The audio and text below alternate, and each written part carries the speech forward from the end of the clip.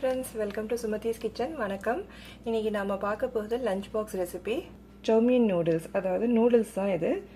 இதுக்கு என்னென்ன தேவையானதுன்னு பார்த்தா chowmein இல்லாட்டி நூடுல்ஸ்னே கிடைக்கும் இந்த மாதிரி ட்ரை இதில்.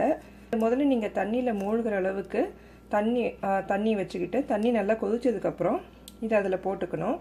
போட்டு எண்ணெய் ஒரு 3 நிமிஷம் தான் கொதிக்கணும். அதுக்கு மேலே கொதிக்க விடாதீங்க, இல்லாட்டி ரொம்ப சாஃப்டாக போயிடும். அப்புறம் தண்ணியை இருத்துட்டு இந்த நூடுல்ஸை மட்டும் தனியாக எடுத்து வச்சுக்கோங்க. அந்த மாதிரி நான் இங்கே ஒரு கிண்ணத்தில் தனியாக அந்த மாதிரி ஸ்ட்ரெயின் பண்ணிவிட்டு ஒரு 2 நூடுல்ஸ் எடுத்துருக்கேன் நான். இப்போ இதுக்கு என்னென்ன தேவைன்னு பார்ப்போம். Tomato sauce, vinegar, soya sauce, dark soya sauce, இது கார்லிக் பவுடர், பூண்டு பொடி, தேவையான அளவு உப்பு.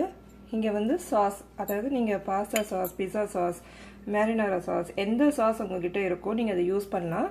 இதில் இன்னொன்று நீங்கள் இப்போ நான் எதுவுமே யூஸ் பண்ணல. ஆனால் நீங்கள் பொதுவாக பிள்ளைங்களுக்கு இதோட காய்கறியை நல்லா வேக வச்சுட்டு மிக்சியில் நல்லா ஒரு பேஸ்ட் மாதிரி பண்ணிவிட்டு இந்த சாஸோட ஆட் பண்ணிடுங்க. அதோட ஆட் பண்ணி நம்ம யூஸ் பண்ணோன்னா பிள்ளைங்களுக்கு அது காய்கறி சேர்த்துக்கன்னே தெரியாது. பட் அதெல்லாம் செய்ய உங்களுக்கு நேரம் இல்லை அப்படின்னா முந்தின நாள் நைட்டே கூட நீங்கள் செய்யலாம். அதுவும் நேரம் இல்லைன்னா இந்தமாதிரி சிம்பிளாக நீங்கள் காலையில் உள்ளதுக்கு இந்தமாதிரி செய்யலாம். இந்தமாதிரி சாஸ் எடுத்துகிட்டு இப்போ முதல்ல இதில் கொஞ்சமாக டொமேட்டோ சாஸ் ரொம்ப ஊற்றாதீங்க.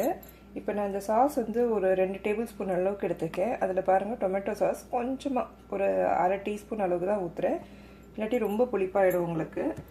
அதே மாதிரி வினிகர் ஒரு அரை டீஸ்பூன் அளவுக்கு, சோயா சாஸ் அரை டீஸ்பூன், உப்பு இப்போதைக்கு கொஞ்சமாக போட்டுக்கோங்க, அப்புறமா லாஸ்ட்டாக ஆட் பண்ணிக்கலாம். மிக்ஸ் பண்ணிக்கோங்க. இப்போ இங்கே ஒரு கிண்ணத்தில் எண்ணெய் சூடாகிட்டுருக்கு. அதில் கொஞ்சமாக இந்த கார்லிக் பவுடர், பூண்டு பொடியை போட்டுக்கலாம். அல்லது உங்கள்கிட்ட பூண்டு பேஸ்ட் இருந்தால் கூட யூஸ் பண்ணிக்கோங்க. உடனே இந்த சாஸ் நம்ம வச்சுக்கிறதையும் போட்டுக்கலாம். இதில் கொஞ்சமாக தண்ணி சேர்த்துக்கோங்க.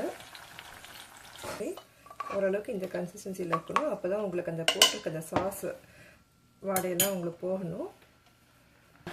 இங்கே நம்ம வச்சுருக்க இந்த நூடுல்ஸை 2 நூடுல்ஸை இதோட ஆட் பண்ணிக்கலாம். நல்லா மிக்ஸ் பண்ணிக்கோங்க. இங்கே பாருங்கள், இப்போ இதில் பார்த்தீங்கன்னா நல்லா இது ஸ்ப்ரெட் ஆகிருக்கு. chowmein noodles ready. செஞ்சு பாருங்கள். இது லஞ்ச் பாக்ஸ் ரெசிபி. மறக்காமல் நீங்கள் செஞ்சு உங்கள் பிள்ளைங்களுக்கும் பிடிச்சிருந்து உங்களுக்கும் செய்ய ஈஸியாக இருந்தால் மறக்காமல் கீழே உள்ள கமெண்ட்ஸில் உங்கள் ஃபீட்பேக்கை கொடுங்க. இது வரைக்கும் வீடியோ பார்த்ததுக்கு நன்றி, வணக்கம்.